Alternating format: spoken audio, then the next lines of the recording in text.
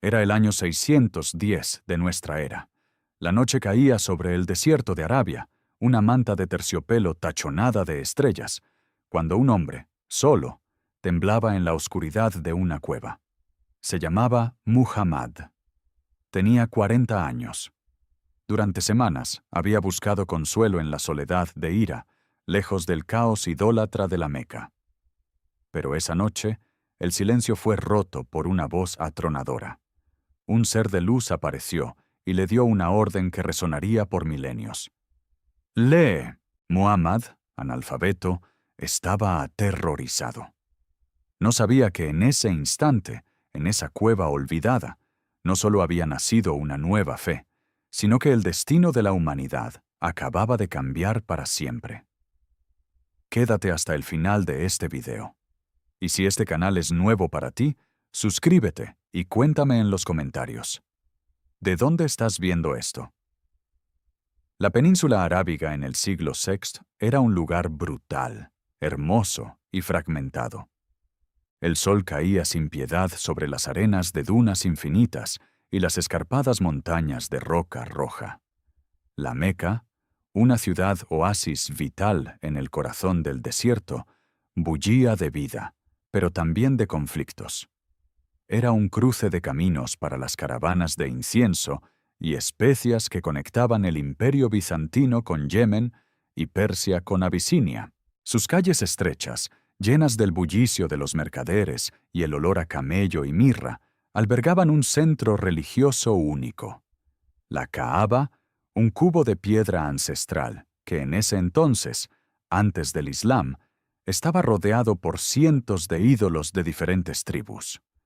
Cada tribu, cada clan, tenía su dios de piedra o madera, y todos venían a la Meca para venerarlos, haciendo de la ciudad un vibrante y lucrativo centro de peregrinación politeísta. Los Banu Quraysh, la tribu dominante de la Meca, se beneficiaban enormemente de esta afluencia, controlando el comercio y las peregrinaciones, ejerciendo un poder inmenso sobre las otras tribus, a menudo en constante guerra por recursos, honor y venganza. La justicia era tribal, la ley era la sangre, y la unidad era una quimera. En medio de este caos y esplendor contradictorio, nació Muhammad ibn Abdullah, alrededor del año 570 de nuestra era. Su vida comenzó marcada por la tragedia. Huérfano de padre antes de nacer y de madre a los 6 años, fue criado por su abuelo, Abd al-Muttalib, y luego por su tío, Abu Talib. No tuvo una infancia fácil. Conoció la dureza de la vida en el desierto, la responsabilidad de cuidar ovejas y la vida de comerciante en las caravanas. Pero estas experiencias, lejos de endurecer su corazón, lo formaron. Se le conocía como Al-Amin, el digno de confianza, un testimonio de su honestidad inquebrantable en un mundo donde el engaño era una herramienta común del comercio.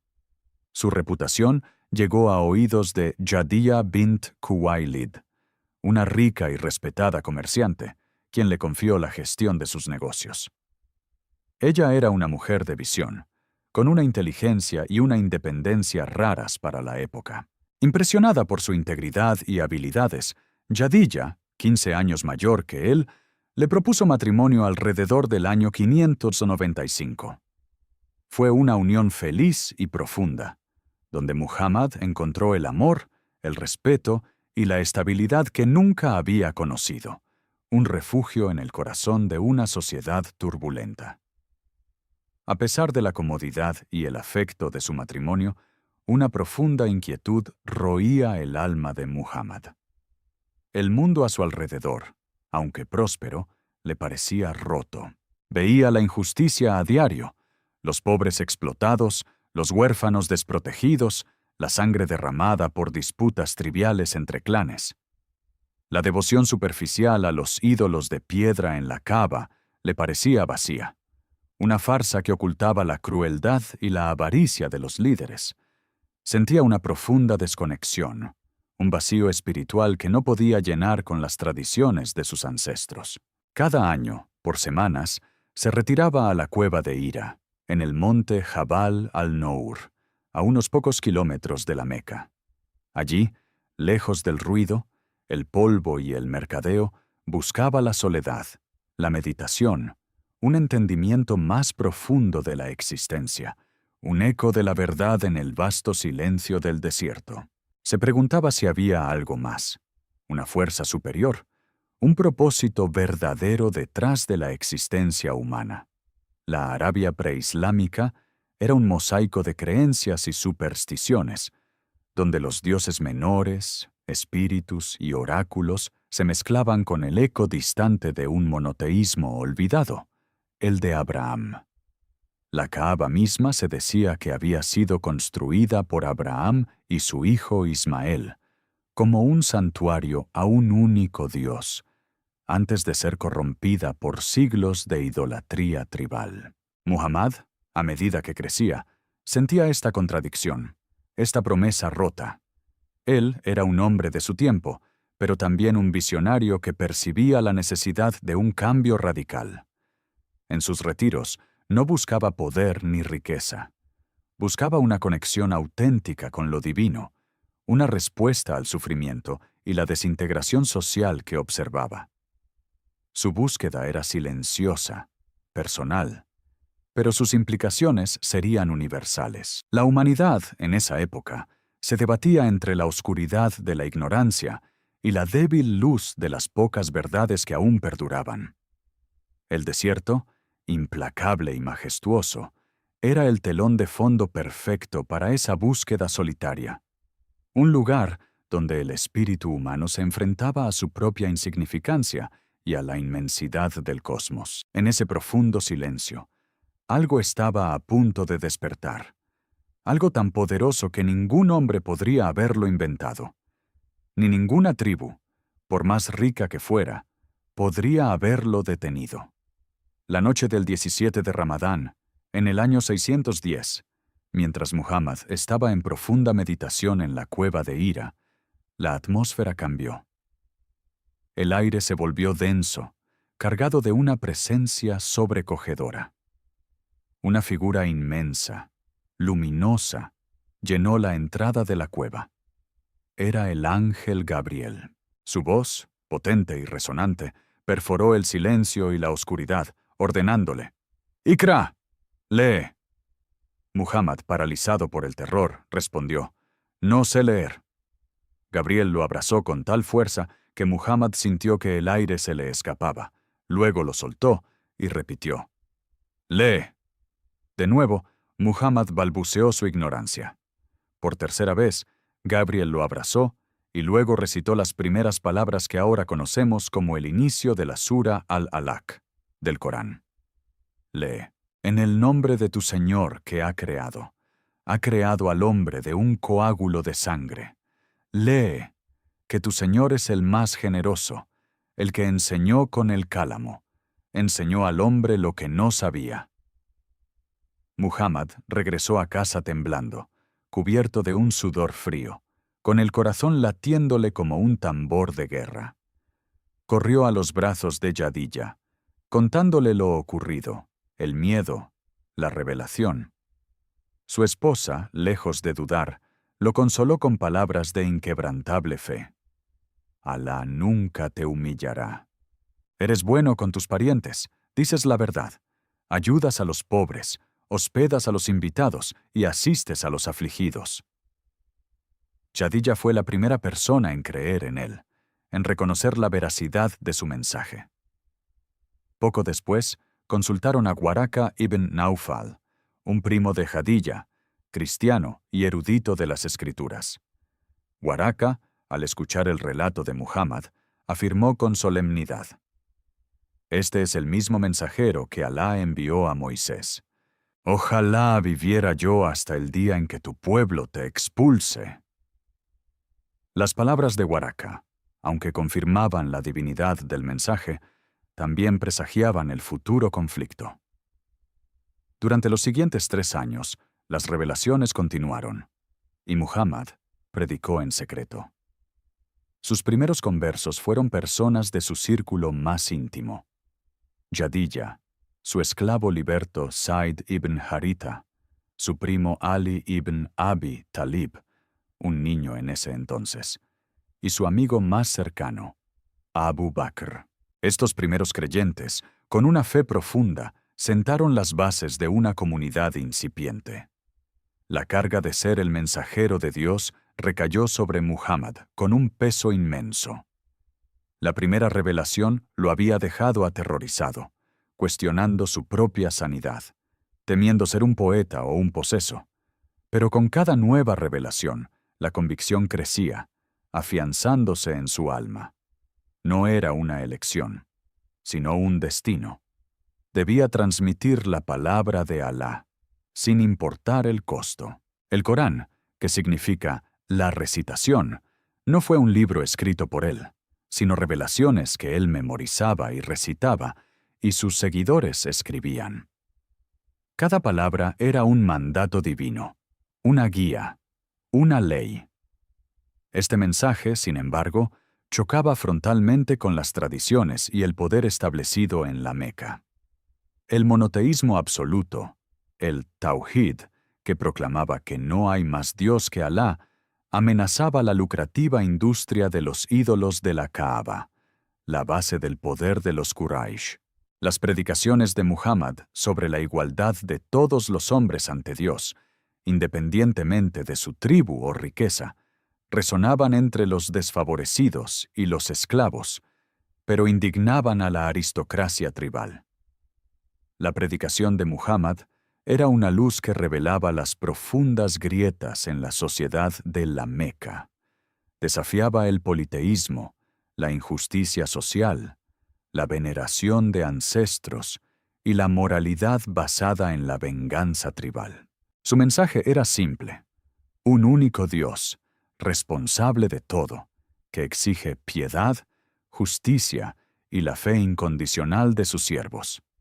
Para los ricos mercaderes de la Meca, los Quraysh, estas ideas eran peligrosas, no solo porque ponían en jaque sus creencias religiosas, sino porque atacaban directamente su estructura de poder económico y social. La Kaaba, con sus ídolos, era el motor de su comercio y prestigio. Si la gente dejaba de venerar a los ídolos, ¿quién iría a la Meca? Sus ganancias, su autoridad, su hegemonía, todo se vería amenazado. Por eso, su oposición no era solo teológica, era profundamente política y económica. No podían permitir que un hombre, huérfano y sin clan fuerte, destruyera el orden que ellos habían construido durante siglos. Así, lo que comenzó como un murmullo de una nueva fe en las sombras, pronto se convirtió en un grito que sacudió los cimientos de la Meca. La burla inicial dio paso a la ira a la abierta persecución. Muhammad y sus pocos seguidores se encontraron en un callejón sin salida. La ciudad que lo había visto nacer, que le había dado refugio y familia, ahora se preparaba para aplastarlo. El choque era inevitable, y el destino de una fe naciente pendía de un hilo, mientras los poderosos de la Meca se movilizaban para silenciarlo para siempre. Las calles de la Meca, que antes resonaban con el bullicio de caravanas y peregrinos, comenzaron a llenarse de una nueva tensión. Las miradas de desprecio se volvieron abiertas agresiones. Los primeros musulmanes, una pequeña comunidad que crecía con lentitud y en secreto, empezaron a sufrir la brutalidad de los Quraysh. Los más vulnerables, los esclavos y los conversos sin protección tribal, fueron los primeros en sentir el peso de la ira de los líderes de la Meca. Bilal ibn Rabah, un esclavo abisinio, fue torturado sin piedad bajo el sol abrasador, con una roca enorme sobre su pecho, pero su única respuesta era «Ahad, Ahad, uno, uno», reafirmando su creencia en un único Dios. Sumaya bint Kabat, una esclava de avanzada edad, se convirtió en la primera mártir del Islam, brutalmente asesinada por negarse a renunciar a su fe. La persecución se intensificó. Los líderes Quraysh, viendo que su poder y sus dioses eran desafiados, buscaron no solo el cese de las predicaciones de Muhammad, sino la erradicación total del nuevo movimiento. Para intentar romper la voluntad de los creyentes, los Quraysh impusieron un boicot total y brutal contra el clan de Muhammad, los Banu Hashim, en el año 616 de nuestra era. Durante 3 años, ningún mercader podía comerciar con ellos. Ningún hombre podía casarse con sus mujeres. Ninguna mujer podía casarse con sus hombres. Estaban aislados, condenados al hambre y la miseria, confinados a un valle en las afueras de la Meca. Las condiciones eran terribles. El hambre era una constante, las enfermedades se propagaban, y la desesperación se cernía sobre ellos. Muchos niños y ancianos sucumbieron. Era un intento calculado de aniquilar a la comunidad musulmana mediante el lento y doloroso estrangulamiento económico y social. Fue durante este periodo de extrema adversidad que las últimas reservas de trigo y dátiles se agotaron, obligándolos a comer hojas de árbol y pieles de animales. La crueldad era inaudita, pero la fe de los musulmanes, lejos de quebrarse, se fortaleció en la adversidad. El boicot finalmente se levantó en el año 619, pero la tregua fue corta y amarga. Ese año se conocería como el Año de la Tristeza, Am al-Huzn. Primero, Muhammad perdió a su tío y protector, Abu Talib. Sin la influencia y el respeto de Abu Talib, Muhammad quedaba expuesto a las represalias de los Quraysh de una manera que nunca antes había estado. El poder tribal era la única ley en Arabia, y sin su tío, su linaje y seguridad estaban en juego. Semanas después, la tragedia golpeó aún más fuerte. Murió Yadilla, su amada esposa, su primera creyente, su roca, su consuelo y su apoyo más firme. La pérdida de estos 2 pilares de su vida lo sumió en una profunda desolación. Sentía el peso del mundo sobre sus hombros, la soledad del profeta abandonado por su propia gente y ahora por sus más cercanos. En medio de este dolor personal y la creciente hostilidad, Muhammad buscó nuevas alianzas. Intentó predicar en la ciudad de Taif, a unos 100 kilómetros de la Meca, esperando encontrar una comunidad más receptiva. Pero la respuesta fue aún peor. Los habitantes de Taif no solo lo rechazaron, sino que incitaron a sus niños a apedrearlo, obligándolo a huir herido y humillado, bajo una lluvia de piedras y burlas. Fue un momento de profunda desesperación, un punto bajo en su misión. Pero aún así, no se rindió. Su fe era inquebrantable, su convicción se mantenía firme. El mensaje era de Alá, y el mensajero debía cumplirlo, sin importar el sacrificio. La pérdida de Jadilla y Abu Talib no solo fue un golpe personal devastador para Muhammad, sino que también marcó un punto de inflexión crítico en la historia temprana del Islam. Sin la protección de su tío, la vida de Muhammad en la Meca estaba en peligro constante. Los Quraysh vieron en estas muertes una oportunidad para actuar con impunidad. Muhammad, el hombre que había desafiado sus dioses y su poder, ahora parecía vulnerable, despojado de sus defensas terrenales. Este período de dolor y desamparo lo obligó a mirar más allá de la Meca para la supervivencia de su mensaje. No se trataba solo de su seguridad personal. Era la supervivencia de la revelación misma.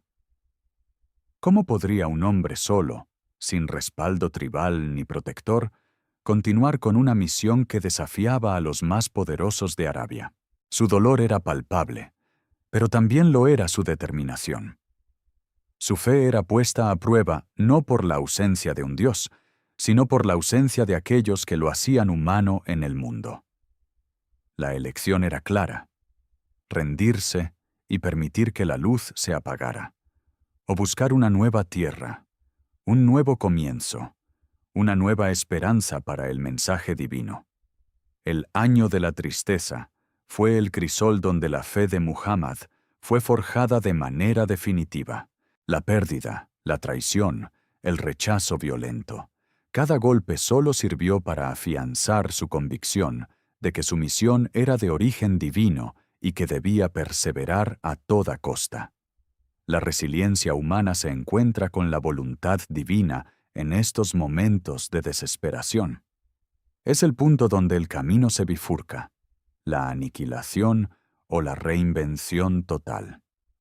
La vida de Muhammad se había transformado en un símbolo de la lucha del espíritu contra la adversidad, una lucha que exigía no solo coraje, sino una fe inquebrantable en un propósito mayor. El dolor lo despojó de todo lo superfluo, dejándole solo la esencia de su misión. La Meca ya no era un hogar seguro, sino una prisión. Así, en el año 621 y 622, durante las peregrinaciones anuales, Muhammad se encontró con grupos de personas de Yatrib, una ciudad oasis al norte de la Meca, que más tarde sería conocida como Medina. Estos hombres y mujeres, agotados por las luchas internas entre sus tribus árabes y judías, buscaban un mediador, un líder que pudiera traer paz a su ciudad. Vieron en Muhammad el Al-Amin de la Meca, no solo un profeta, sino también un estadista potencial. Se firmaron los pactos de Aqaba, acuerdos secretos donde los habitantes de Yatrib juraron proteger a Muhammad y sus seguidores como si fueran los suyos propios. La decisión fue tomada. La égira, la migración. No era una simple huida, sino una audaz estrategia de supervivencia. Pero los líderes de la Meca no se quedaron de brazos cruzados.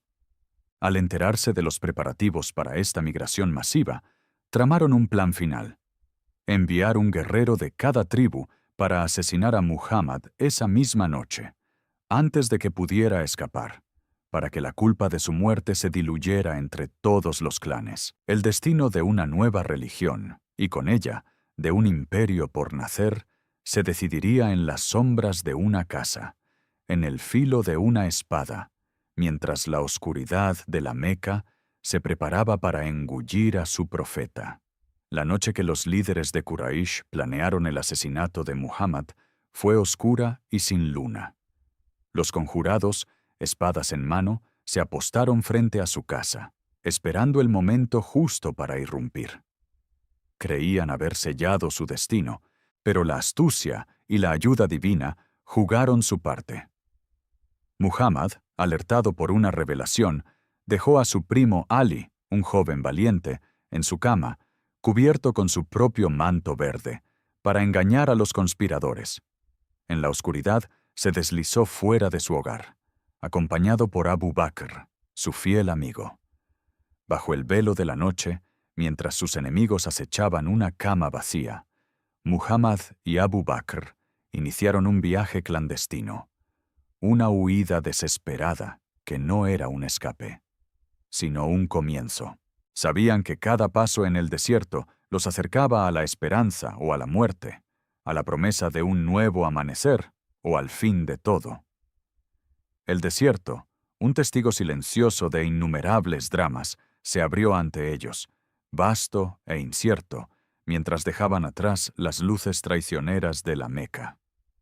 Era el año 622 de nuestra era. La égira, la migración de Muhammad y sus seguidores de la Meca a Yatrib, Medina, no fue un simple cambio de ciudad, sino un punto de inflexión que marcaría el inicio del calendario islámico. Los musulmanes salieron en pequeños grupos, cuidadosamente, para no levantar sospechas. El viaje de Muhammad y Abu Bakr fue el más peligroso. Para evadir a los perseguidores, tomaron una ruta inusual, escondiéndose durante 3 días en la cueva de Taur, al sur de la Meca. Cuenta la tradición que una araña tejió su tela en la entrada y una paloma puso sus huevos, engañando a los Quraysh que los buscaban, haciéndoles creer que la cueva estaba deshabitada. Finalmente, tras 11 días de viaje por el inhóspito desierto, bajo un sol implacable, llegaron a Quba, en las afueras de Yatrib, el 24 de septiembre del 622. Allí construyeron la primera mezquita en la historia del Islam, un simple edificio de ladrillo de barro y palmeras, un símbolo inmediato de su nueva comunidad. La llegada de Muhammad a Yatrib fue recibida con inmensa alegría y alivio. La gente de la ciudad, los ansar, los ayudantes, lo esperaban con entusiasmo, cantando himnos de bienvenida. Yatrib, una ciudad dividida por décadas de conflictos tribales entre los árabes Banu Aus y Banu Khazraj, y las comunidades judías de Banu Nadir, Banu Qurayza y Banu Kainuka, necesitaba desesperadamente un mediador. Muhammad llegó no solo como profeta, sino como un líder capaz de unificar. Una de sus primeras acciones fue redactar el Pacto de Medina, un documento revolucionario que sentó las bases de la primera sociedad islámica. Este pacto estableció una confederación de clanes y comunidades, tanto musulmanas como judías y politeístas, bajo el liderazgo de Muhammad. Proclamaba la igualdad entre los miembros de la comunidad, la Umma, la libertad religiosa para las tribus judías, siempre que no conspiraran contra los musulmanes, y un sistema de justicia común. Cada comunidad conservaría su religión y sus leyes, pero todas se unirían para defender la ciudad de agresiones externas. Este pacto no solo resolvió las disputas internas de Yatrib, sino que también creó un nuevo modelo de Estado, basado en la fe y la cooperación mutua, algo inédito en la fragmentada Arabia. Muhammad, en Medina, ya no era solo un predicador perseguido, se había convertido en un estadista, un general, el líder de una comunidad en crecimiento. Su liderazgo era multifacético. Oraba con su gente, decidía disputas, organizaba la defensa y enviaba mensajes a las tribus vecinas. Su vida personal, la de un hombre que había sufrido el rechazo y la pérdida, se transformaba en la encarnación de la esperanza para miles.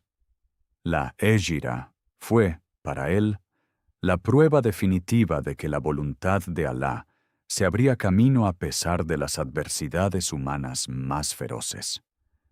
Debió sentir el alivio de la supervivencia, pero también el peso abrumador de una responsabilidad nueva, la construcción de una nación desde cero. La Meca era un capítulo cerrado, lleno de dolor. Medina era el lienzo en blanco donde se pintaría el futuro. Su propia transformación de huérfano solitario a líder de una comunidad entera era un milagro en sí mismo, un testimonio de la fuerza inquebrantable de su fe y de la capacidad humana para el cambio. La Hégira y el establecimiento de Medina como la primera capital islámica demuestran cómo la fe, en su momento más vulnerable, puede convertirse en la fuerza más poderosa para la transformación social y política. No era solo la migración de un grupo de personas, sino la migración de una idea, una visión de sociedad que trascendía los lazos de sangre y clan por primera vez en Arabia. El Pacto de Medina no era solo un tratado, sino un manifiesto, una declaración de principios que hablaba de unidad, justicia y convivencia, valores que eran radicalmente nuevos en ese contexto. Aquel momento fue la prueba tangible de que el mensaje de Muhammad no era solo espiritual, sino también una guía práctica para organizar una sociedad justa. La religión dejó de ser una creencia personal para convertirse en el fundamento de un nuevo orden, un orden que desafiaría no solo a la Meca, sino a los imperios de la época. La tensión entre Medina y la Meca era inevitable. Los Quraysh no podían aceptar que Muhammad y sus seguidores hubieran escapado y prosperado, convirtiéndose en una amenaza real para sus caravanas comerciales. La Meca, dependiente de su comercio, se sentía acorralada. El conflicto armado se hizo inevitable. La primera gran confrontación, la batalla de Badr, ocurrió en el año 624. Los musulmanes, apenas 313 hombres, mal equipados, se enfrentaron a un ejército de la Meca de casi 1000 guerreros, bien armados y entrenados. Contra todo pronóstico, los musulmanes, motivados por una fe ardiente y una disciplina férrea bajo el liderazgo de Muhammad, lograron una victoria aplastante. La batalla de Badr no fue solo una victoria militar, fue una victoria psicológica y espiritual.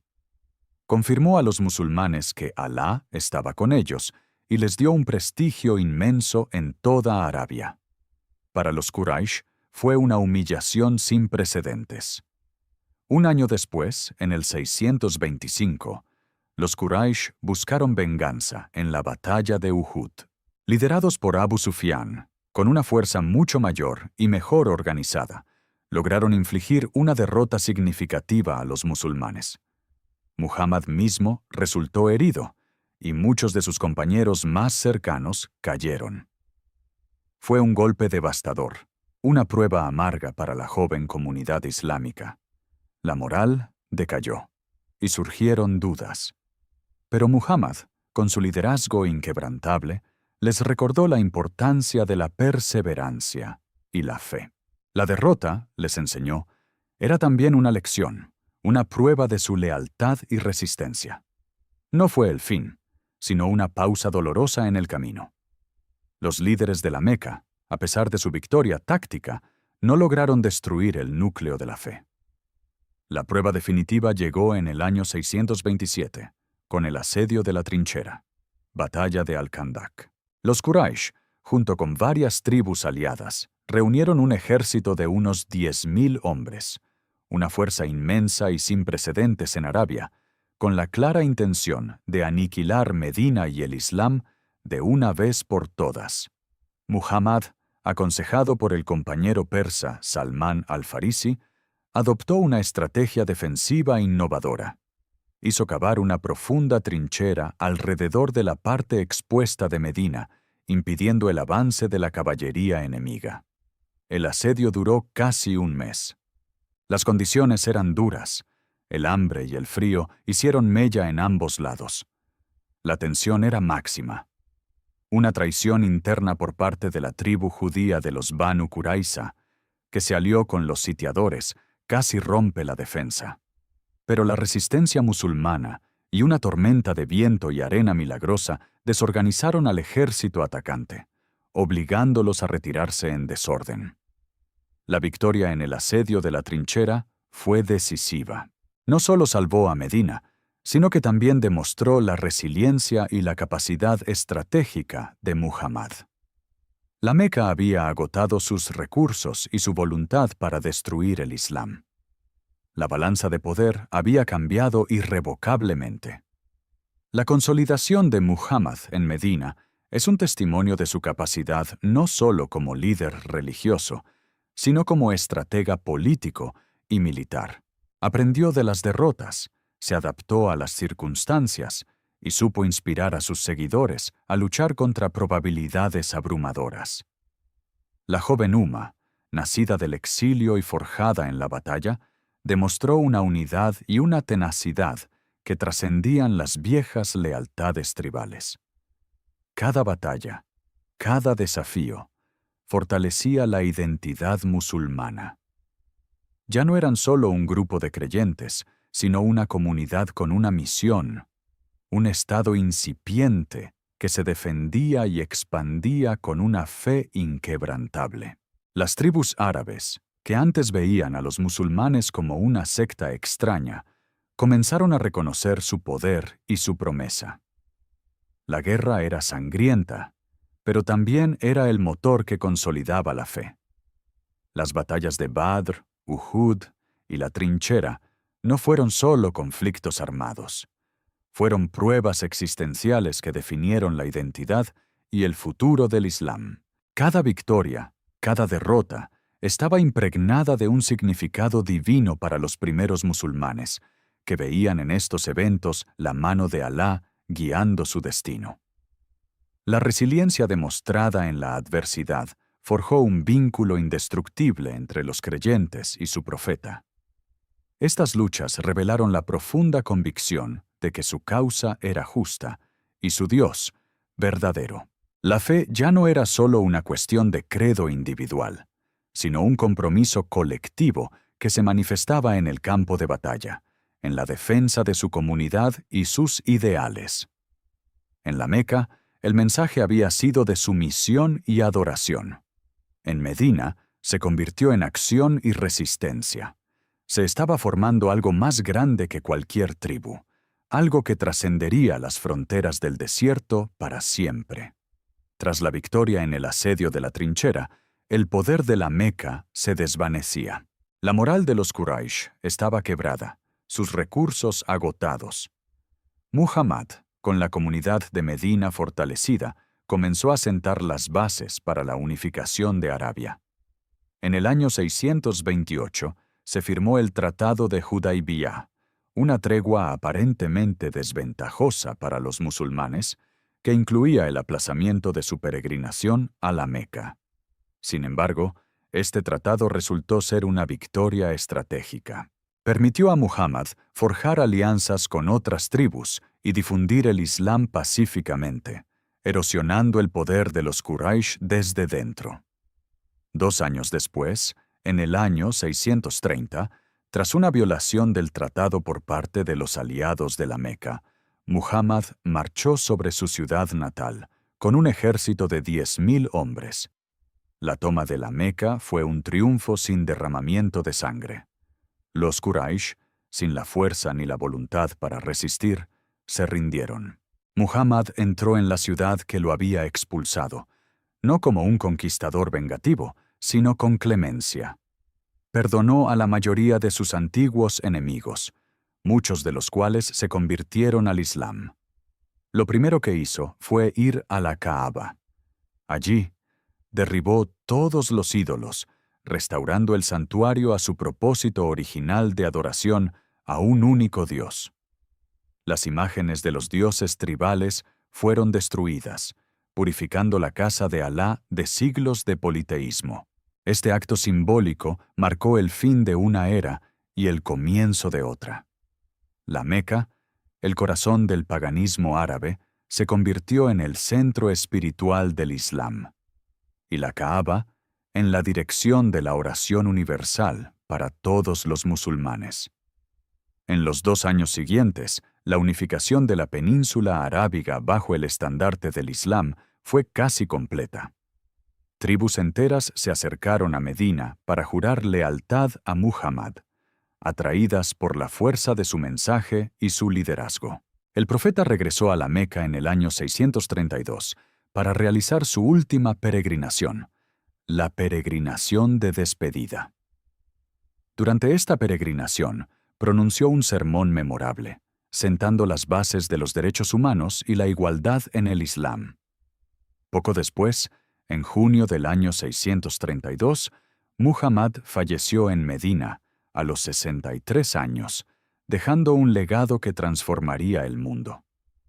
Su muerte fue un shock para la comunidad musulmana, que aún no estaba preparada para la ausencia de su líder.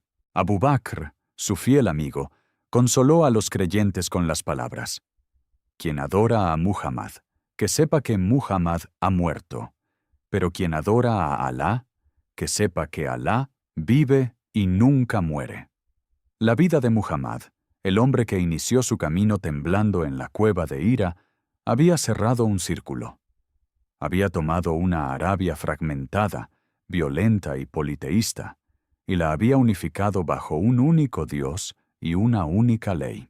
Su legado no fue solo una religión, sino un modelo de gobierno, un código de ética, un sistema legal y una visión de sociedad.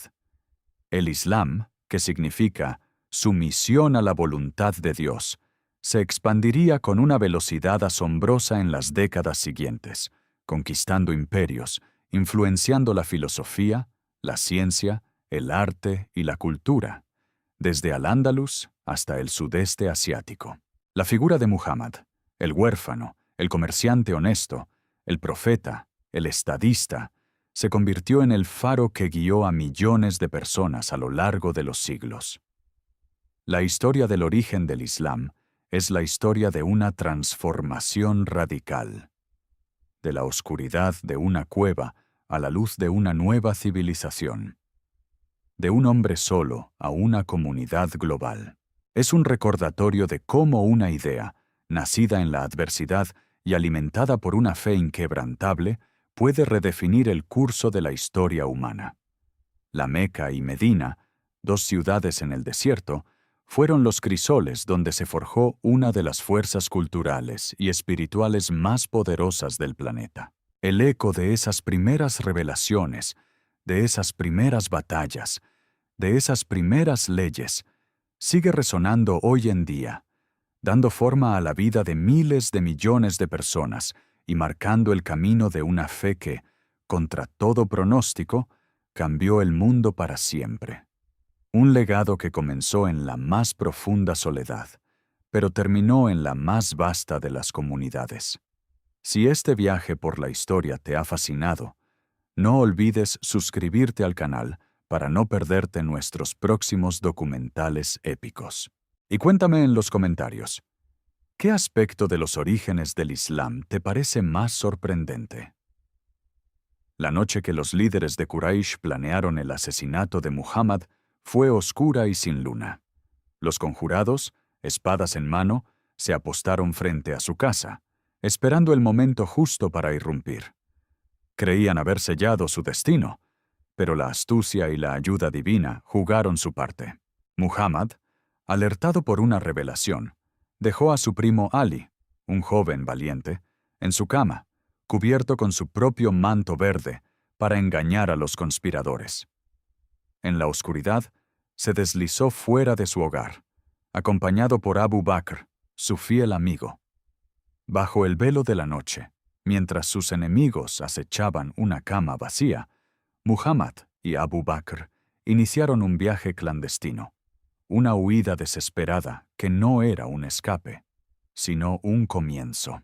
Sabían que cada paso en el desierto los acercaba a la esperanza o a la muerte, a la promesa de un nuevo amanecer, o al fin de todo. El desierto, un testigo silencioso de innumerables dramas, se abrió ante ellos, vasto e incierto, mientras dejaban atrás las luces traicioneras de la Meca. Quédate hasta el final de este video. Y si este canal es nuevo para ti, suscríbete y cuéntame en los comentarios. ¿De dónde estás viendo esto? La península arábiga en el siglo VI era un lugar brutal, hermoso y fragmentado. El sol caía sin piedad sobre las arenas de dunas infinitas y las escarpadas montañas de roca roja.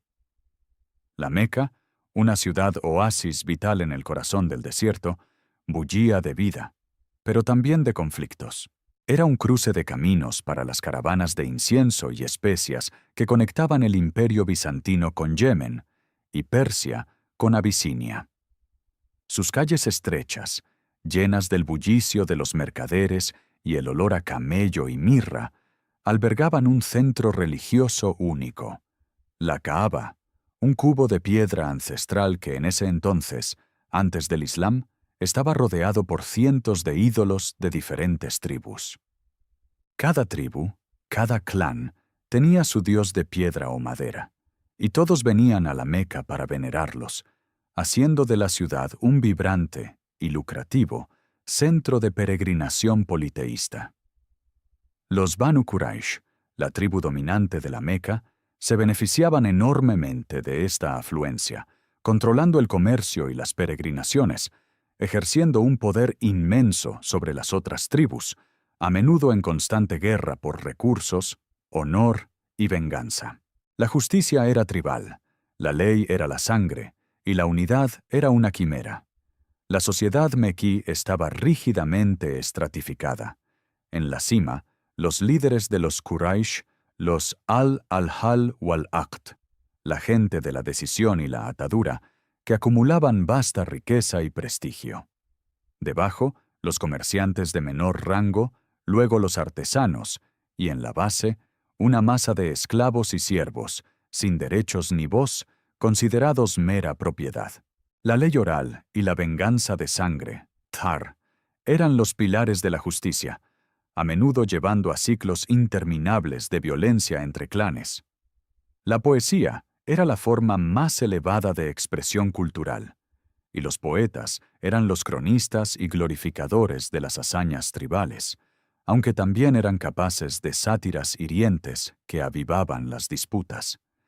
En medio de este caos y esplendor contradictorio, nació Muhammad ibn Abdullah, alrededor del año 570 de nuestra era. Su vida comenzó marcada por la tragedia.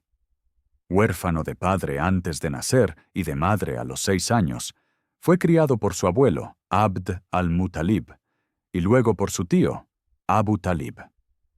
No tuvo una infancia fácil. Conoció la dureza de la vida en el desierto, la responsabilidad de cuidar ovejas y la vida de comerciante en las caravanas. Pero estas experiencias, lejos de endurecer su corazón, lo formaron. Se le conocía como Al-Amin, el digno de confianza, un testimonio de su honestidad inquebrantable en un mundo donde el engaño era una herramienta común del comercio. Su reputación llegó a oídos de Jadiyya bint Khuwaylid, una rica y respetada comerciante, quien le confió la gestión de sus negocios. Ella era una mujer de visión, con una inteligencia y una independencia raras para la época. Impresionada por su integridad y habilidades, Jadiyya, 15 años mayor que él, le propuso matrimonio alrededor del año 595. Fue una unión feliz y profunda, donde Muhammad encontró el amor, el respeto y la estabilidad que nunca había conocido, un refugio en el corazón de una sociedad turbulenta. Ya desde joven, Muhammad había demostrado un compromiso con la justicia que lo distinguía. Se unió al Hilf al-Fudul, el Pacto de los Virtuosos, una alianza de clanes mequíes comprometidos a proteger a los oprimidos y garantizar la justicia para todos, incluso para los extranjeros, en una ciudad donde los derechos solían estar dictados por la fuerza tribal. Este pacto fue un claro precursor de su futura misión, mostrando su sensibilidad a las desigualdades y su deseo de establecer un orden más equitativo. A pesar de la comodidad y el afecto de su matrimonio, una profunda inquietud roía el alma de Muhammad. El mundo a su alrededor, aunque próspero, le parecía roto. Veía la injusticia a diario, los pobres explotados, los huérfanos desprotegidos, la sangre derramada por disputas triviales entre clanes. La devoción superficial a los ídolos de piedra en la Kaaba le parecía vacía, una farsa que ocultaba la crueldad y la avaricia de los líderes. Sentía una profunda desconexión, un vacío espiritual que no podía llenar con las tradiciones de sus ancestros. Cada año, por semanas, se retiraba a la cueva de Hira, en el monte Jabal al-Nour, a unos pocos kilómetros de la Meca.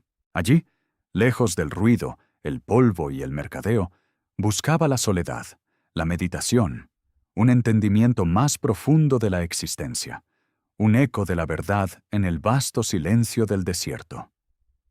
Se preguntaba si había algo más, una fuerza superior, un propósito verdadero detrás de la existencia humana. La creciente brecha entre la opulencia de la élite mequí y la miseria de los marginados, la glorificación de la venganza y el desprecio por la vida ajena. Todo eso pesaba sobre su conciencia. No podía reconciliar la riqueza que fluía por la Meca con la injusticia que veía a diario. Su espíritu sensible anhelaba una verdad que trascendiera las rivalidades tribales y la adoración de objetos inertes. La Arabia preislámica era un mosaico de creencias y supersticiones, donde los dioses menores, espíritus y oráculos se mezclaban con el eco distante de un monoteísmo olvidado, el de Abraham. La Kaaba misma se decía que había sido construida por Abraham y su hijo Ismael, como un santuario a un único Dios, antes de ser corrompida por siglos de idolatría tribal. Muhammad, a medida que crecía, sentía esta contradicción, esta promesa rota. Él era un hombre de su tiempo, pero también un visionario que percibía la necesidad de un cambio radical. En sus retiros, no buscaba poder ni riqueza. Buscaba una conexión auténtica con lo divino, una respuesta al sufrimiento y la desintegración social que observaba. Su búsqueda era silenciosa, personal, pero sus implicaciones serían universales. La humanidad, en esa época, se debatía entre la oscuridad de la ignorancia y la débil luz de las pocas verdades que aún perduraban. El desierto, implacable y majestuoso, era el telón de fondo perfecto para esa búsqueda solitaria, un lugar donde el espíritu humano se enfrentaba a su propia insignificancia y a la inmensidad del cosmos. Muhammad era un hombre de profunda introspección. Su rostro a menudo reflejaba una seriedad pensativa, una búsqueda incesante de la verdad en un mundo que parecía haberla olvidado. Sentía el peso de la corrupción y la ceguera espiritual de su pueblo, una carga que lo empujaba cada vez más a la soledad de la cueva, buscando una respuesta que solo el silencio y la trascendencia podían ofrecer. En ese profundo silencio, algo estaba a punto de despertar, algo tan poderoso que ningún hombre podría haberlo inventado, ni ninguna tribu, por más rica que fuera, podría haberlo detenido. La noche del 17 de Ramadán, en el año 610, mientras Muhammad estaba en profunda meditación en la cueva de Hira, la atmósfera cambió. El aire se volvió denso, cargado de una presencia sobrecogedora. Una figura inmensa, luminosa, llenó la entrada de la cueva. Era el ángel Gabriel. Su voz, potente y resonante, perforó el silencio y la oscuridad, ordenándole: «Iqra, lee». Muhammad, paralizado por el terror, respondió: «No sé leer». Gabriel lo abrazó con tal fuerza que Muhammad sintió que el aire se le escapaba. Luego lo soltó y repitió: «Lee». De nuevo, Muhammad balbuceó su ignorancia. Por tercera vez, Gabriel lo abrazó y luego recitó las primeras palabras que ahora conocemos como el inicio de la Sura Al-Alaq del Corán. «Lee, en el nombre de tu Señor que ha creado al hombre de un coágulo de sangre. Lee, que tu Señor es el más generoso, el que enseñó con el cálamo, enseñó al hombre lo que no sabía». Estas primeras revelaciones no solo hablaban de la creación, sino que también enfatizaban el conocimiento y la generosidad de Dios, un contraste directo con la ignorancia y la avaricia que Muhammad había observado en la Meca. El mensaje era claro: la fuente del conocimiento es divina, y la dignidad humana se basa en la creación de Dios.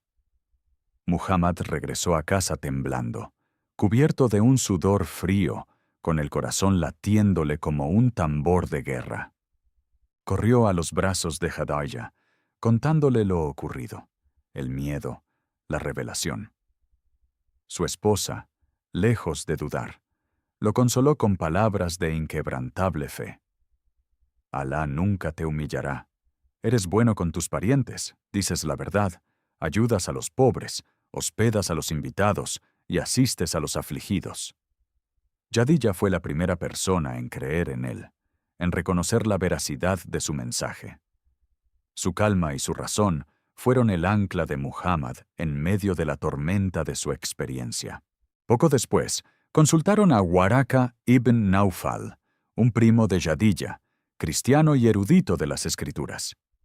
Waraka, al escuchar el relato de Muhammad, afirmó con solemnidad: «Este es el mismo mensajero que Alá envió a Moisés. Ojalá viviera yo hasta el día en que tu pueblo te expulse». Las palabras de Waraka, aunque confirmaban la divinidad del mensaje, también presagiaban el futuro conflicto. Durante los siguientes 3 años, las revelaciones continuaron, y Muhammad predicó en secreto. Sus primeros conversos fueron personas de su círculo más íntimo: Yadilla, su esclavo liberto Zaid ibn Haritha, su primo Ali ibn Abi Talib, un niño en ese entonces, y su amigo más cercano, Abu Bakr. Estos primeros creyentes, con una fe profunda, sentaron las bases de una comunidad incipiente. Estos primeros creyentes, a menudo de las capas más bajas de la sociedad o con poca protección tribal, arriesgaron todo por su nueva fe. Bilal, un esclavo abisinio, por ejemplo, fue uno de los más destacados. La carga de ser el mensajero de Dios recayó sobre Muhammad con un peso inmenso. La primera revelación lo había dejado aterrorizado, cuestionando su propia sanidad, temiendo ser un poeta o un poseso. Durante un tiempo, conocido como la Fatra, las revelaciones cesaron, sumiendo a Muhammad en una profunda angustia, temiendo haber sido abandonado por Dios. Fue Yadilla quien, una vez más, lo consoló y lo sostuvo, recordándole su bondad y justicia innatas. Pero con cada nueva revelación, la convicción crecía, afianzándose en su alma. No era una elección, sino un destino. Debía transmitir la palabra de Alá, sin importar el costo. El Corán, que significa la recitación, no fue un libro escrito por él, sino revelaciones que él memorizaba y recitaba, y sus seguidores escribían. Cada palabra era un mandato divino, una guía, una ley. Este mensaje, sin embargo, chocaba frontalmente con las tradiciones y el poder establecido en la Meca. El monoteísmo absoluto, el Tawhid, que proclamaba que no hay más Dios que Alá, amenazaba la lucrativa industria de los ídolos de la Kaaba, la base del poder de los Quraysh. Las predicaciones de Muhammad sobre la igualdad de todos los hombres ante Dios, independientemente de su tribu o riqueza, resonaban entre los desfavorecidos y los esclavos, pero indignaban a la aristocracia tribal. La predicación de Muhammad era una luz que revelaba las profundas grietas en la sociedad de la Meca. Desafiaba el politeísmo, la injusticia social, la veneración de ancestros y la moralidad basada en la venganza tribal. Su mensaje era simple: un único Dios, responsable de todo, que exige piedad, justicia y la fe incondicional de sus siervos. Los primeros versículos revelados abordaban no solo la unidad de Dios, sino también la necesidad de ayudar a los pobres, de alimentar al hambriento, de proteger al huérfano. Mandatos como el reparto de la riqueza y la condena de la usura resonaron profundamente en una sociedad marcada por la desigualdad. Para los ricos mercaderes de la Meca, los Quraysh, estas ideas eran peligrosas, no solo porque ponían en jaque sus creencias religiosas, sino porque atacaban directamente su estructura de poder económico y social. La Kaaba, con sus ídolos, era el motor de su comercio y prestigio. Si la gente dejaba de venerar a los ídolos, ¿quién iría a la Meca? Sus ganancias, su autoridad, su hegemonía, todo se vería amenazado. Por eso, su oposición no era solo teológica, era profundamente política y económica. No podían permitir que un hombre, huérfano y sin clan fuerte, destruyera el orden que ellos habían construido durante siglos. Abu Jahl, Abu Lahab, Umayya ibn Khalaf, estos nombres se convertirían en sinónimo de la más férrea oposición, líderes influyentes que veían en el mensaje de Muhammad una amenaza directa a su estatus y a la tradición ancestral de sus padres. Así, lo que comenzó como un murmullo de una nueva fe en las sombras, pronto se convirtió en un grito que sacudió los cimientos de la Meca. La burla inicial dio paso a la ira a la abierta persecución. Muhammad y sus pocos seguidores se encontraron en un callejón sin salida. La ciudad que lo había visto nacer, que le había dado refugio y familia, ahora se preparaba para aplastarlo. El choque era inevitable, y el destino de una fe naciente pendía de un hilo, mientras los poderosos de la Meca se movilizaban para silenciarlo para siempre. Las calles de la Meca, que antes resonaban con el bullicio de caravanas y peregrinos, comenzaron a llenarse de una nueva tensión. Las miradas de desprecio se volvieron abiertas agresiones.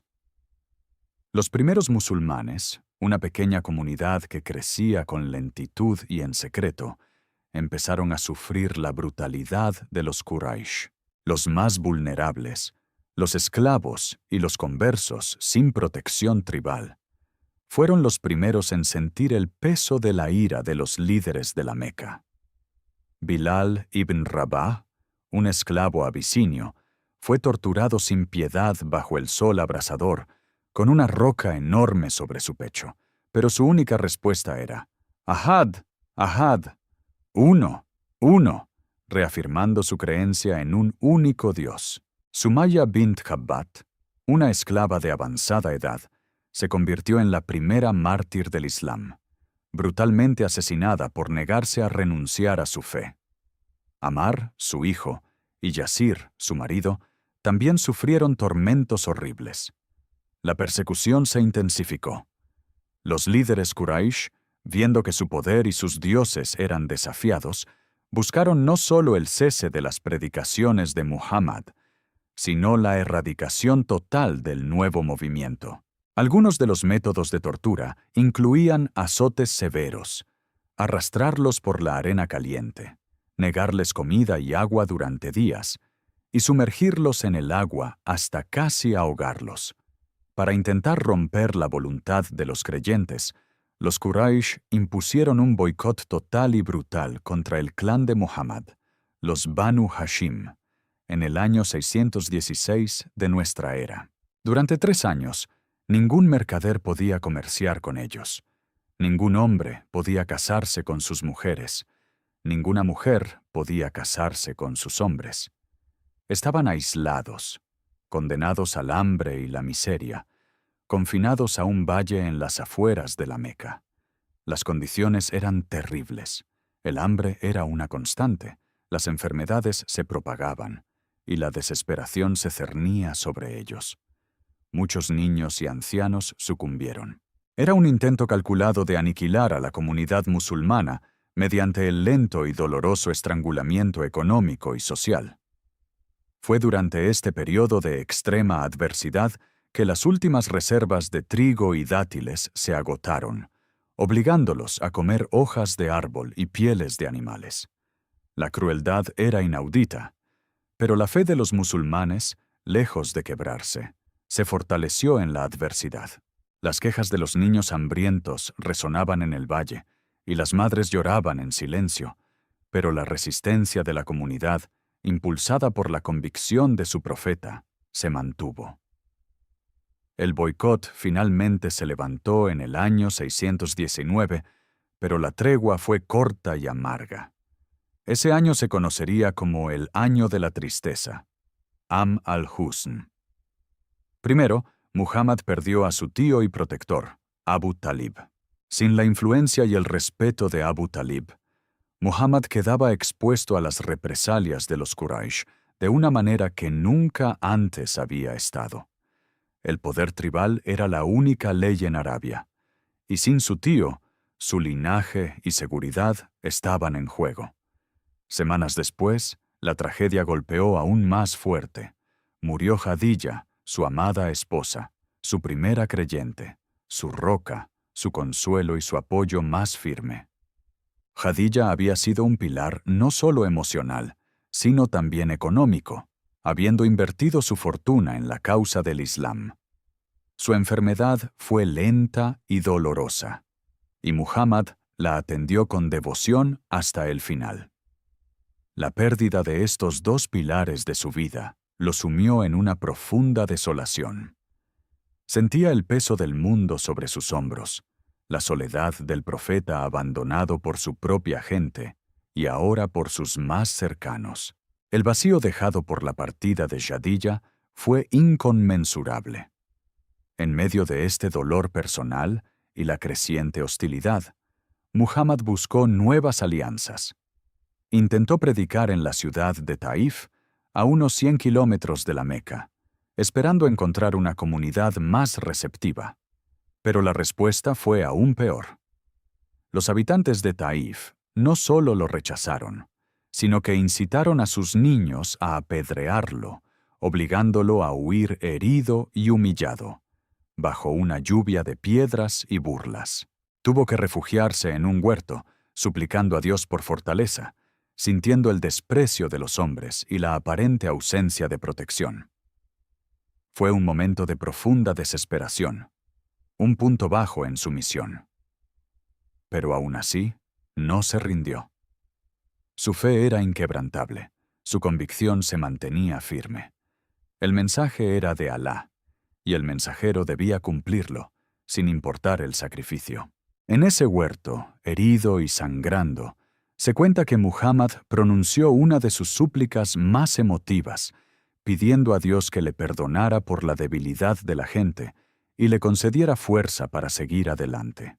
La pérdida de Khadija y Abu Talib no solo fue un golpe personal devastador para Muhammad, sino que también marcó un punto de inflexión crítico en la historia temprana del Islam. Sin la protección de su tío, la vida de Muhammad en la Meca estaba en peligro constante. Los Quraysh vieron en estas muertes una oportunidad para actuar con impunidad. Muhammad, el hombre que había desafiado sus dioses y su poder, ahora parecía vulnerable, despojado de sus defensas terrenales. Este periodo de dolor y desamparo lo obligó a mirar más allá de la Meca para la supervivencia de su mensaje. No se trataba solo de su seguridad personal, era la supervivencia de la revelación misma. ¿Cómo podría un hombre solo, sin respaldo tribal ni protector, continuar con una misión que desafiaba a los más poderosos de Arabia? Su dolor era palpable, pero también lo era su determinación. Su fe era puesta a prueba no por la ausencia de un Dios, sino por la ausencia de aquellos que lo hacían humano en el mundo. La elección era clara: rendirse y permitir que la luz se apagara, o buscar una nueva tierra, un nuevo comienzo, una nueva esperanza para el mensaje divino. La angustia de Muhammad, unida a su inquebrantable confianza en la voluntad divina, lo transformó de un predicador a un estratega para la supervivencia de su naciente comunidad. El año de la tristeza fue el crisol donde la fe de Muhammad fue forjada de manera definitiva. La pérdida, la traición, el rechazo violento. Cada golpe solo sirvió para afianzar su convicción de que su misión era de origen divino y que debía perseverar a toda costa. La resiliencia humana se encuentra con la voluntad divina en estos momentos de desesperación. Es el punto donde el camino se bifurca, la aniquilación o la reinvención total. La vida de Muhammad se había transformado en un símbolo de la lucha del espíritu contra la adversidad, una lucha que exigía no solo coraje, sino una fe inquebrantable en un propósito mayor. El dolor lo despojó de todo lo superfluo, dejándole solo la esencia de su misión. La Meca ya no era un hogar seguro, sino una prisión. Así, en el año 621 y 622, durante las peregrinaciones anuales, Muhammad se encontró con grupos de personas de Yatrib, una ciudad oasis al norte de la Meca, que más tarde sería conocida como Medina. Estos hombres y mujeres, agotados por las luchas internas entre sus tribus árabes y judías, buscaban un mediador, un líder que pudiera traer paz a su ciudad. Vieron en Muhammad, el Al-Amin de la Meca, no solo un profeta, sino también un estadista potencial. Se firmaron los pactos de Aqaba, acuerdos secretos donde los habitantes de Yatrib juraron proteger a Muhammad y sus seguidores como si fueran los suyos propios. La primera promesa de Aqaba, 621, implicó un juramento de fe y obediencia moral. La segunda promesa de Aqaba, 622, fue un pacto militar, donde 73 hombres y 2 mujeres de Yatrib prometieron proteger a Muhammad con sus vidas. La decisión fue tomada. La hégira, la migración. No era una simple huida, sino una audaz estrategia de supervivencia. Pero los líderes de la Meca no se quedaron de brazos cruzados.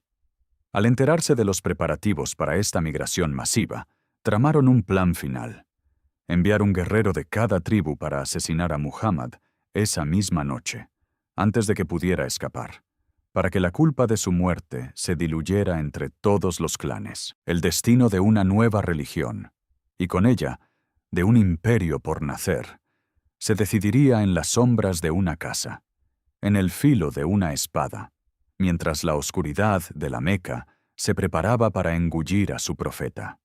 Era el año 622 de nuestra era. La hégira, la migración de Muhammad y sus seguidores de la Meca a Yatrib, Medina, no fue un simple cambio de ciudad, sino un punto de inflexión que marcaría el inicio del calendario islámico. Los musulmanes salieron en pequeños grupos, cuidadosamente, para no levantar sospechas. El viaje de Muhammad y Abu Bakr fue el más peligroso. Para evadir a los perseguidores, tomaron una ruta inusual, escondiéndose durante 3 días en la cueva de Taur, al sur de la Meca. Cuenta la tradición que una araña tejió su tela en la entrada, y una paloma puso sus huevos, engañando a los Quraysh que los buscaban, haciéndoles creer que la cueva estaba deshabitada. La tensión de esos días de escondite debió ser insoportable. Abu Bakr relató que, al escuchar las voces de los perseguidores cerca, Muhammad lo consoló. «No te aflijas. En verdad, Alá está con nosotros». Finalmente, tras 11 días de viaje por el inhóspito desierto, bajo un sol implacable, llegaron a Quba, en las afueras de Yatrib, el 24 de septiembre del 622. Allí construyeron la primera mezquita en la historia del Islam, un simple edificio de ladrillo de barro y palmeras, un símbolo inmediato de su nueva comunidad. La llegada de Muhammad a Yatrib fue recibida con inmensa alegría y alivio. La gente de la ciudad, los ansar, los ayudantes, lo esperaban con entusiasmo, cantando himnos de bienvenida, un contraste abrumador con el rechazo y la persecución de la Meca. Yatrib, una ciudad dividida por décadas de conflictos tribales entre los árabes Banu Aus y Banu Khazraj y las comunidades judías de Banu Nadir, Banu Qurayza y Banu Kainuka, necesitaba desesperadamente un mediador. Muhammad llegó no solo como profeta, sino como un líder capaz de unificar. Una de sus primeras acciones fue redactar el Pacto de Medina, un documento revolucionario que sentó las bases de la primera sociedad islámica. Este pacto estableció una confederación de clanes y comunidades, tanto musulmanas como judías y politeístas, bajo el liderazgo de Muhammad. Proclamaba la igualdad entre los miembros de la comunidad, la umma, la libertad religiosa para las tribus judías, siempre que no conspiraran contra los musulmanes, y un sistema de justicia común. Cada comunidad conservaría su religión y sus leyes, pero todas se unirían para defender la ciudad de agresiones externas. Este pacto no solo resolvió las disputas internas de Yatrib, sino que también creó un nuevo modelo de Estado, basado en la fe y la cooperación mutua, algo inédito en la fragmentada Arabia. El Pacto de Medina, con sus 47 artículos, es considerado una de las primeras constituciones escritas de la historia, un testamento de la visión política de Muhammad y su capacidad para forjar la paz donde antes reinaba el caos. Muhammad, en Medina, ya no era solo un predicador perseguido. Se había convertido en un estadista, un general, el líder de una comunidad en crecimiento. Su liderazgo era multifacético. Oraba con su gente, decidía disputas, organizaba la defensa y enviaba mensajes a las tribus vecinas. Su vida personal, la de un hombre que había sufrido el rechazo y la pérdida, se transformaba en la encarnación de la esperanza para miles. La Hejira fue, para él, la prueba definitiva de que la voluntad de Alá se abría camino a pesar de las adversidades humanas más feroces. Debió sentir el alivio de la supervivencia, pero también el peso abrumador de una responsabilidad nueva: la construcción de una nación desde cero. La Meca era un capítulo cerrado, lleno de dolor. Medina era el lienzo en blanco donde se pintaría el futuro. Su propia transformación de huérfano solitario a líder de una comunidad entera era un milagro en sí mismo, un testimonio de la fuerza inquebrantable de su fe y de la capacidad humana para el cambio. La llegada a Medina fue un renacimiento no solo para la comunidad musulmana, sino para el propio Muhammad, quien pudo finalmente dedicarse por completo a la misión de construir una sociedad basada en los principios divinos que había recibido. La Égira y el establecimiento de Medina como la primera capital islámica demuestran cómo la fe, en su momento más vulnerable, puede convertirse en la fuerza más poderosa para la transformación social y política. No era solo la migración de un grupo de personas, sino la migración de una idea, una visión de sociedad que trascendía los lazos de sangre y clan por primera vez en Arabia. El Pacto de Medina no era solo un tratado, sino un manifiesto, una declaración de principios que hablaba de unidad, justicia y convivencia, valores que eran radicalmente nuevos en ese contexto. Aquel momento fue la prueba tangible de que el mensaje de Muhammad no era solo espiritual, sino también una guía práctica para organizar una sociedad justa. La religión dejó de ser una creencia personal para convertirse en el fundamento de un nuevo orden, un orden que desafiaría no solo a la Meca, sino a los imperios de la época. La fe no era un refugio de la realidad, sino un motor para cambiarla. La tensión entre Medina y la Meca era inevitable. Los Quraysh no podían aceptar que Muhammad y sus seguidores hubieran escapado y prosperado, convirtiéndose en una amenaza real para sus caravanas comerciales. La Meca, dependiente de su comercio, se sentía acorralada. El conflicto armado se hizo inevitable. La primera gran confrontación, la batalla de Badr, ocurrió en el año 624. Los musulmanes, apenas 313 hombres, mal equipados, se enfrentaron a un ejército de la Meca de casi 1000 guerreros, bien armados y entrenados. Contra todo pronóstico, los musulmanes, motivados por una fe ardiente y una disciplina férrea bajo el liderazgo de Muhammad, lograron una victoria aplastante. La batalla de Badr no fue solo una victoria militar. Fue una victoria psicológica y espiritual. Confirmó a los musulmanes que Alá estaba con ellos y les dio un prestigio inmenso en toda Arabia. Para los Quraysh fue una humillación sin precedentes. Se perdieron algunos de sus líderes más prominentes, incluyendo a Abu Jahl, uno de los principales antagonistas de Muhammad. Esta victoria no solo les dio botín y prisioneros, sino algo mucho más valioso: la confianza en que el mensaje de Dios podía triunfar contra la fuerza bruta. Un año después, en el 625, los Quraysh buscaron venganza en la batalla de Uhud. Liderados por Abu Sufyan, con una fuerza mucho mayor y mejor organizada, lograron infligir una derrota significativa a los musulmanes. Muhammad mismo resultó herido, y muchos de sus compañeros más cercanos cayeron. Fue un golpe devastador, una prueba amarga para la joven comunidad islámica. La moral decayó, y surgieron dudas. Pero Muhammad, con su liderazgo inquebrantable, les recordó la importancia de la perseverancia y la fe. La derrota, les enseñó, era también una lección, una prueba de su lealtad y resistencia. No fue el fin, sino una pausa dolorosa en el camino. Los líderes de la Meca, a pesar de su victoria táctica, no lograron destruir el núcleo de la fe.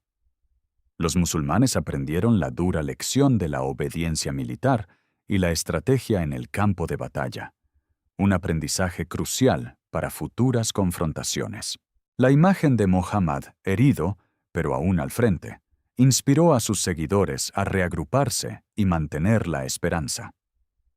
La prueba definitiva llegó en el año 627, con el asedio de la trinchera, batalla de Al-Khandak. Los Quraysh, junto con varias tribus aliadas, reunieron un ejército de unos 10.000 hombres, una fuerza inmensa y sin precedentes en Arabia, con la clara intención de aniquilar Medina y el Islam de una vez por todas. Muhammad, aconsejado por el compañero persa Salman al-Farisi, adoptó una estrategia defensiva innovadora. Hizo cavar una profunda trinchera alrededor de la parte expuesta de Medina, impidiendo el avance de la caballería enemiga. El asedio duró casi un mes.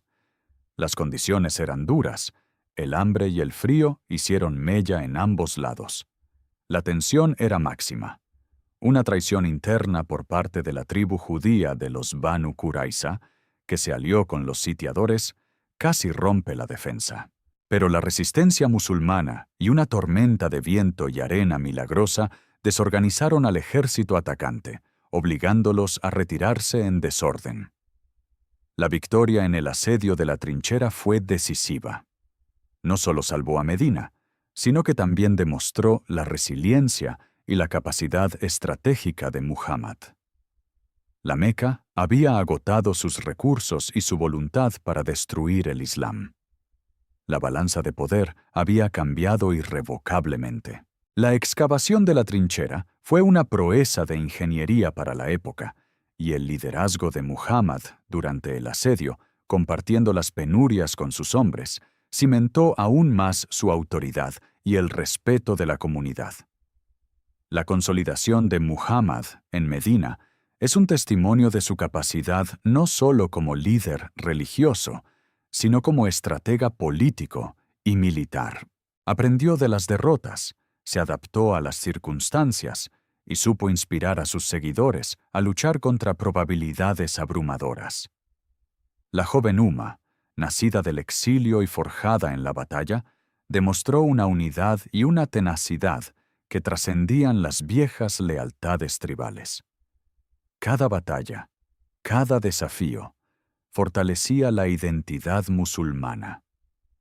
Ya no eran solo un grupo de creyentes, sino una comunidad con una misión, un estado incipiente que se defendía y expandía con una fe inquebrantable. Las tribus árabes, que antes veían a los musulmanes como una secta extraña, comenzaron a reconocer su poder y su promesa. La guerra era sangrienta, pero también era el motor que consolidaba la fe. Muhammad había logrado transformar a unos cuantos fugitivos en una fuerza imparable. Las batallas de Badr, Uhud y la trinchera no fueron solo conflictos armados. Fueron pruebas existenciales que definieron la identidad y el futuro del Islam. Cada victoria, cada derrota, estaba impregnada de un significado divino para los primeros musulmanes, que veían en estos eventos la mano de Alá guiando su destino. La resiliencia demostrada en la adversidad forjó un vínculo indestructible entre los creyentes y su profeta. Estas luchas revelaron la profunda convicción de que su causa era justa y su Dios verdadero. La fe ya no era solo una cuestión de credo individual, sino un compromiso colectivo que se manifestaba en el campo de batalla, en la defensa de su comunidad y sus ideales. En la Meca, el mensaje había sido de sumisión y adoración. En Medina, se convirtió en acción y resistencia. Se estaba formando algo más grande que cualquier tribu, algo que trascendería las fronteras del desierto para siempre. Tras la victoria en el asedio de la trinchera, el poder de la Meca se desvanecía. La moral de los Quraysh estaba quebrada, sus recursos agotados. Muhammad, con la comunidad de Medina fortalecida, comenzó a sentar las bases para la unificación de Arabia. En el año 628 se firmó el Tratado de Hudaybiyah, una tregua aparentemente desventajosa para los musulmanes, que incluía el aplazamiento de su peregrinación a la Meca. Sin embargo, este tratado resultó ser una victoria estratégica. Permitió a Muhammad forjar alianzas con otras tribus y difundir el Islam pacíficamente, erosionando el poder de los Quraysh desde dentro. Muchos jefes tribales, al ver la fuerza y la astucia de Muhammad, comenzaron a desertar del lado de la Meca. 2 años después, en el año 630, tras una violación del tratado por parte de los aliados de la Meca, Muhammad marchó sobre su ciudad natal con un ejército de 10.000 hombres. Fue una movilización silenciosa, pero masiva, diseñada para intimidar sin violencia innecesaria. La toma de la Meca fue un triunfo sin derramamiento de sangre. Los Quraysh, sin la fuerza ni la voluntad para resistir, se rindieron. Muhammad entró en la ciudad que lo había expulsado, no como un conquistador vengativo, sino con clemencia. Perdonó a la mayoría de sus antiguos enemigos, muchos de los cuales se convirtieron al Islam. Lo primero que hizo fue ir a la Kaaba. Allí, derribó todos los ídolos, restaurando el santuario a su propósito original de adoración a un único Dios.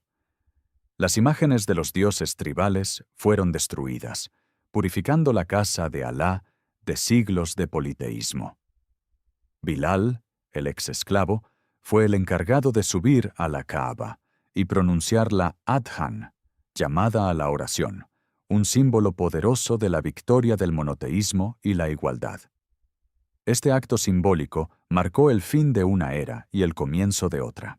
La Meca, el corazón del paganismo árabe, se convirtió en el centro espiritual del Islam, y la Kaaba en la dirección de la oración universal para todos los musulmanes. La visión de Muhammad de una Arabia unificada bajo la bandera del monoteísmo comenzaba a hacerse realidad. En los 2 años siguientes, la unificación de la península arábiga bajo el estandarte del Islam fue casi completa.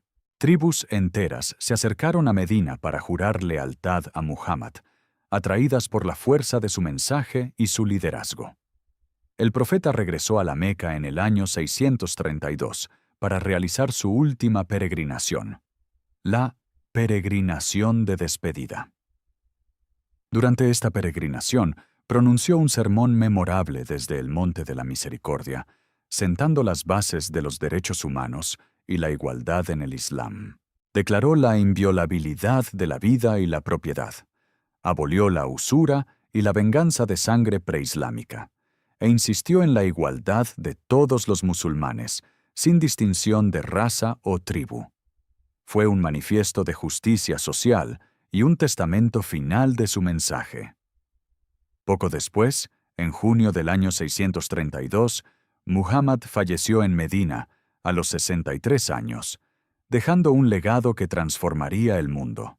Su muerte fue un shock para la comunidad musulmana, que aún no estaba preparada para la ausencia de su líder. Abu Bakr, su fiel amigo, consoló a los creyentes con las palabras: «Quien adora a Muhammad, que sepa que Muhammad ha muerto. Pero quien adora a Alá, que sepa que Alá vive y nunca muere». La vida de Muhammad, el hombre que inició su camino temblando en la cueva de Hira, había cerrado un círculo. Había tomado una Arabia fragmentada, violenta y politeísta, y la había unificado bajo un único Dios y una única ley. Su legado no fue solo una religión, sino un modelo de gobierno, un código de ética, un sistema legal y una visión de sociedad. El Islam, que significa sumisión a la voluntad de Dios, se expandiría con una velocidad asombrosa en las décadas siguientes, conquistando imperios, influenciando la filosofía, la ciencia, el arte y la cultura, desde Al-Ándalus hasta el sudeste asiático.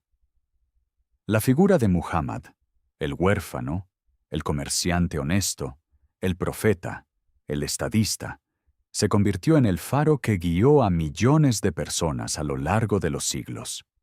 La transformación que inició no fue meramente política o religiosa, sino una revolución que afectaría profundamente la forma en que los seres humanos se relacionaban con lo divino y entre sí, sentando las bases para una civilización que durante siglos fue la vanguardia del conocimiento y la cultura. La historia del origen del Islam es la historia de una transformación radical, de la oscuridad de una cueva a la luz de una nueva civilización, de un hombre solo a una comunidad global. Es un recordatorio de cómo una idea, nacida en la adversidad y alimentada por una fe inquebrantable, puede redefinir el curso de la historia humana. La Meca y Medina, dos ciudades en el desierto, fueron los crisoles donde se forjó una de las fuerzas culturales y espirituales más poderosas del planeta.